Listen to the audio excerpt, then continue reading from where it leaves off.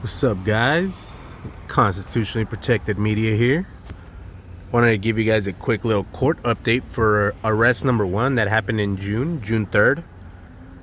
If you guys could find the last update for it, you'll see that when I went to court for it in June the 20th, that my name wasn't on the board, that I went up to the DA's office at the courthouse and they gave me this little paper that the DA has a year to prosecute. And literally in the video, I mentioned the fact that they're probably doing that to hold it over my head. You know, to stop going out there and, you know, filming the cops and whatnot. So, lo and behold, it comes true because on the night of my second arrest, on the 8th of this month, September, I believe. I don't think September's over, but on the 8th, and 1 week later on the 15th, because that's when they signed the piece of paper I got at home. I got it like 2 days after the 15th, on the 17th. Well, anyways, I got this letter from the Santa Ana Police Department on the 17th recently, and it was it appears that they're gonna go through with arrest number 1 with the charges for obstruction for using my flashlight. And they set it up for this October, and if I'm not mistaken, because the ticket I got for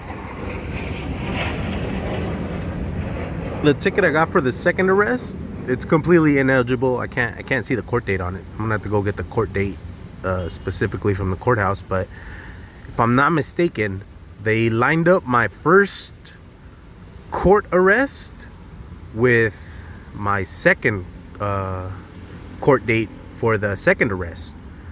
And like I said, and as I mentioned in my last court update video, I felt like they were just holding it over my head, and lo and behold, 1 week after my second arrest, they send me a nice little, you know, they're going through with the first obstruction charge back in June.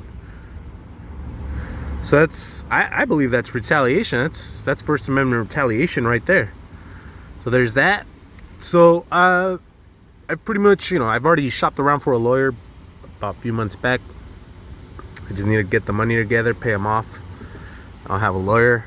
It's about $4,000, and pretty much my defense, in my eyes, the arrest for first of all, there's no law that says I can't shine a flashlight at an officer. Second of all, the crime scene was about 80 feet back. Third of all, it was a poorly lit area that I was in, and not to mention, there are plenty of episodes on the.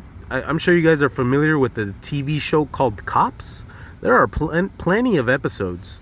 I probably shouldn't say plenty, but there are about 10 or 12 episodes showcasing the city I live in, the city of Santa Ana. And it shows, you know, there's obviously day footage, and then there's night footage as well. And during some of those night footages, and one that really sticks out particularly in my mind, there was this KFC that was robbed at gunpoint by this gang in the area, and they chased down the suspect. The cameraman was there, and as you know, when the TV show Cops has these cameramen out at night, they got these giant light fixtures attached to the camera, and they're running sometimes literally right behind the cop with these light fixtures on. And not to mention, as soon as the officers are swarmed on top of a suspect, the light fixture is still pointed at the officers. So how is that not obstruction? Do big corporate medias get a pass on breaking the law? Is that what they're telling me right here? So that's just a few of the defenses I got, and then obviously what's it called, obstruction and interference are both physical acts. You can't They're both physical. I didn't physically get in the way. Not to mention there was crime scene tape. I was well behind the crime scene tape. So I didn't physically get in the way. I didn't physically obstruct anybody. I lit up Coleman with my flashlight because the area was dark.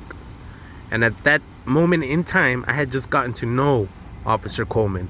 He had pulled me over 2 weeks prior to my first arrest, illegally, with Santa Ana audits. And like I said, I had just gotten to know him. I knew he was a POS.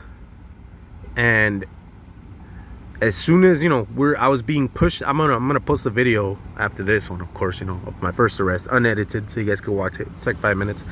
Anyways, and, you know, like I said, they're pushing me back. You know, they had the crime scene tape in hand. They're, you know, just trying to find a good spot to, you know, set the tape at. And I was continually walking back, and that's when I noticed him. And I'm like, oh, you'll see in the video. I'm like, oh, you're Coleman. You're that POS.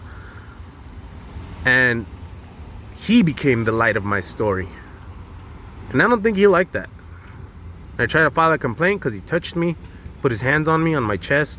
And per their policy, they're supposed to report it to their supervisor. Whether you fell or not, if they make contact with you, like if they make wanted contact with you for X reason, they have to tell their supervisor.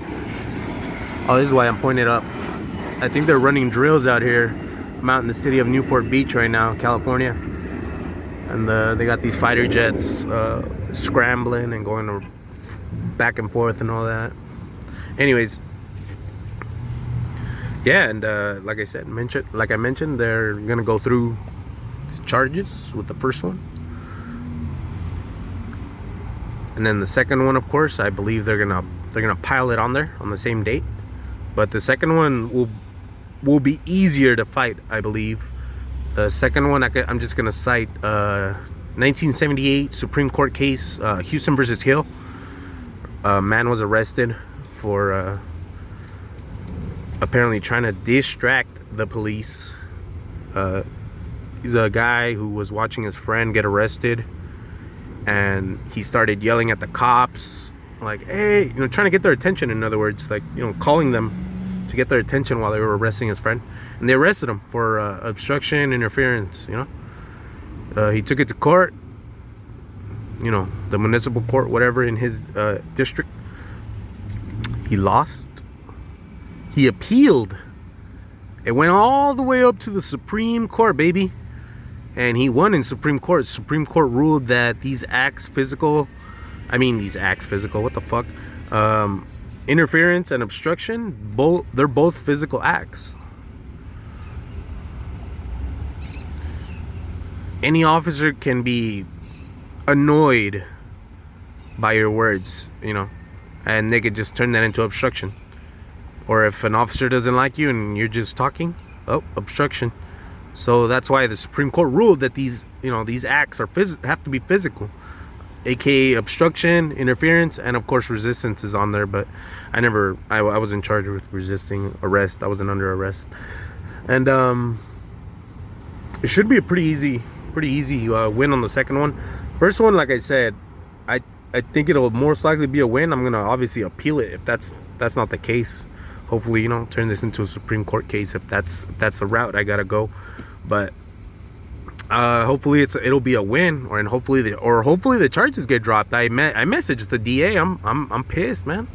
They're gonna go through with these fraudulent charges. I mentioned that I knew that they were holding that other charge over my head, and when I got arrested the second time, they decided to go through with that first charge and line it up with the second one, trying to railroad me, you know. And I kind of thought about this scenario, like say the cops are out looking for a super dangerous suspect, and they know he's armed, they know he has a big old gun with him or whatever, and let's say the cops somehow make it into your backyard. You know, maybe you left your gate unlocked or something, and the cops, you know, are in the backyard skulking around, you know, trying to stay dark. They're not, you know, their radio silent. You know, they turn their lights off. They're not trying to give away anything. You know, their body cam little red and green light are probably off as well, incognito mode. And you're dead asleep, dead asleep in your house and you hear some noise in the backyard. You go outside with a flashlight, you point it at these shadows you see. Can you then be arrested for obstruction? Because officers are trying to actively stay in the dark because there's a guy with a gun out there apparently, you know? Can you be arrested for, you know, shining the light at them? See? So this is why these acts have to be deemed physical, obstruction and interference. You can't just arrest somebody because they're pointing a light at you. So those are going to be my defenses, just a few of them. It's probably 5 or 6 or whatever, but if I lose in the kangaroo court system that is Orange County Court, I don't even know if it's a kangaroo court system. I'm going to see if I get railroaded or not first, but we'll see. I'm gonna see if the judge lets me record, I guess. But that's it for now. That's my update for court case number 1. Take care, guys. Have a great day.